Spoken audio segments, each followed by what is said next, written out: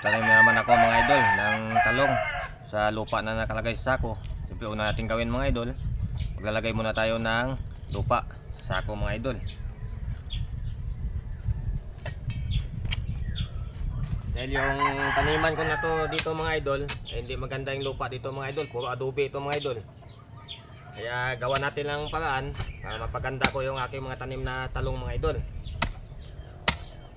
Kailangan sa pagtatanim mga idol, para-paraan lang yan para mapaganda natin ang ating matanim. Kung hindi man maganda yung lupa natin pagtamnan, ito gawa natin ng paraan mga idol.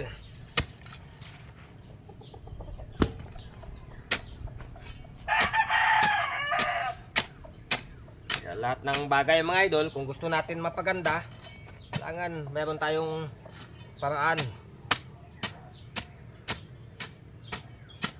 Kung nabigo mo tayo sa unang pagtatanim natin mga idol, hindi gumanda ang ating tanim, kailangan magano tayo mga idol, magawa natin ng paraan yan.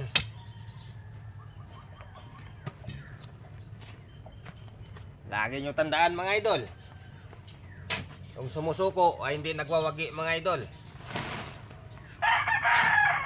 Dahil ilang bis na ako nagtanim dito mga idol, hindi ko napaganda aking mga tanim na dinayari ko tanim dito sa lupa na to, sa area na to mga idol. Gawa ng adobe ito mga idol, kasi ano yung lupa acidic.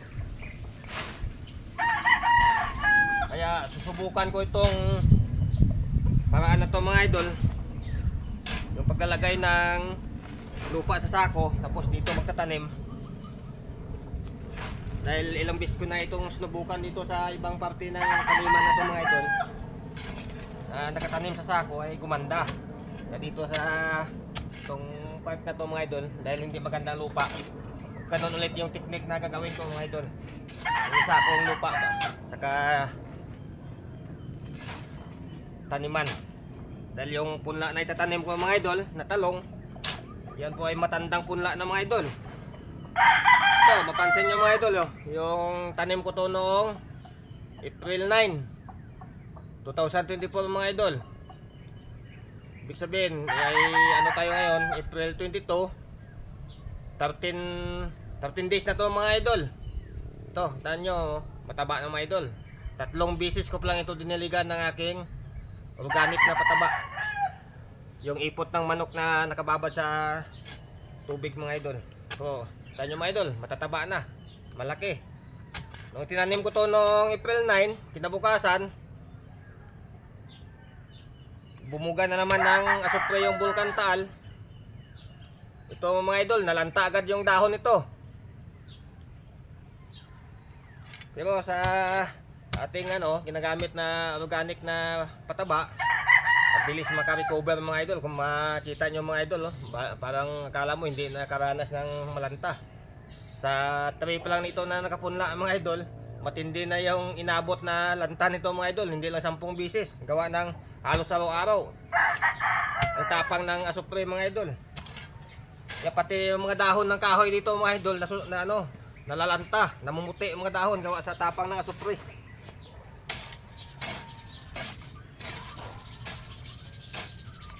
Kaya mga idol, nasabi ko sa inyo, para paraan lang yan, para mapaganda natin yung ating mga tanim.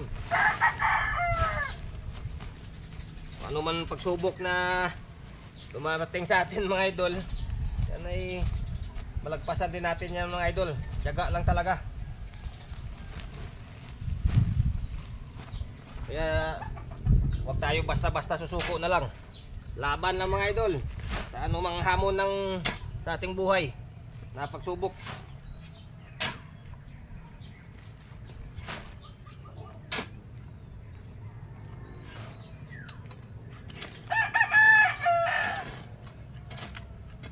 Parang ano lang yan mga idol parang pag-ibig lang yan. Kung hindi man tayo sinuwerte sa una nating pag-ibig, hindi ba tayo sinuwerte sa single mga idol, sa dalaga, baka yung swerte natin nasa single mom. Ganon lang yan mga idol.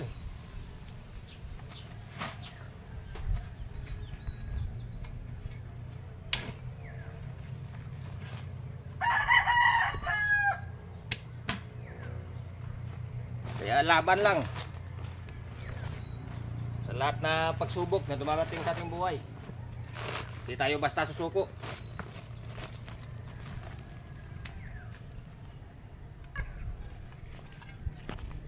Tapos natin malagyan ng lupa mga idol, yung sako natin pagtamnan. Ito mga idol, magdadagdag ako ng lupa na, itong lupa ito mga idol, mayroon na itong halong organic na pataba. Yung ipot ng manok na tuyo. Ito ay nakahalo na to dito mga idol, matagal na ito. Dahil yung ito ay tatamnan ko sana ng litos ito mga idol. Kaso lang yung tanim ko na, yung punla ko na litos mga idol, nalanta sa asupre mga idol, gawa ng sunod-sunod na bugangan ng asupre ng Bulkan Taal. Ang punla ko mga idol na litos, wala na ako na tanim mga idol, nalanta lahat. Kaya itong aking taniman na to hindi na natamnan mga idol. Kaya ang gagawin ko dito mga idol, pag kukuha ko ng lupa dito, idadagdag ko ito sa lupa na nakasako bago tamnan ng talong mga idol. Kasi sayang, ito ay 2 months na nakahalo dito yung organic na pataba natin mga idol. Kasi nga yung lupa na nilagay ko kanina sa sako mga idol, yun ay nasabi ko sa inyo mga idol, hindi magandang klaseng lupa. Gawa ng yung lupa doon na nilagay ko sa sako ay daming adobe mga idol. Kaya hindi maganda yan sa ating mga tanim pag adobe. Kaya ito na lang yung paraan na magawa natin dito mga idol para mapaganda yung ating mga tanim na talong.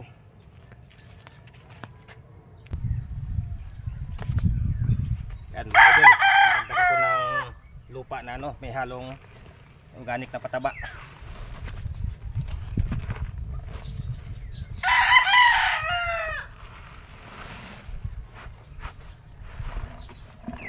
Gusto mo natin na mapaganda ang ating mga tanim mga idol. Paraan lang yan mga idol kung paano natin mapaganda ang ating mga tanim.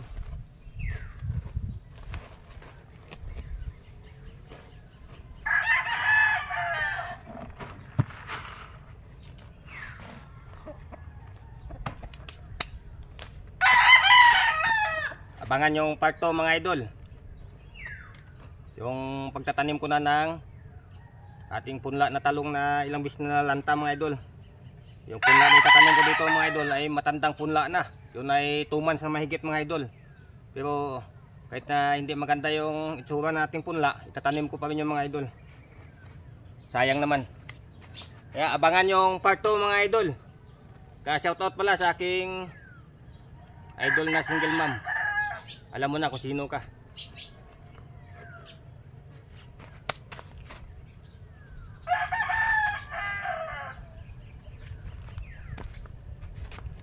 Naging inspirasyon kita para patuloy ako na magsipag sa anumang pagsubok na dumarating sa aking buhay. Alang-alang sa pagmamahal ko sa iyo, patuloy akong magsipag.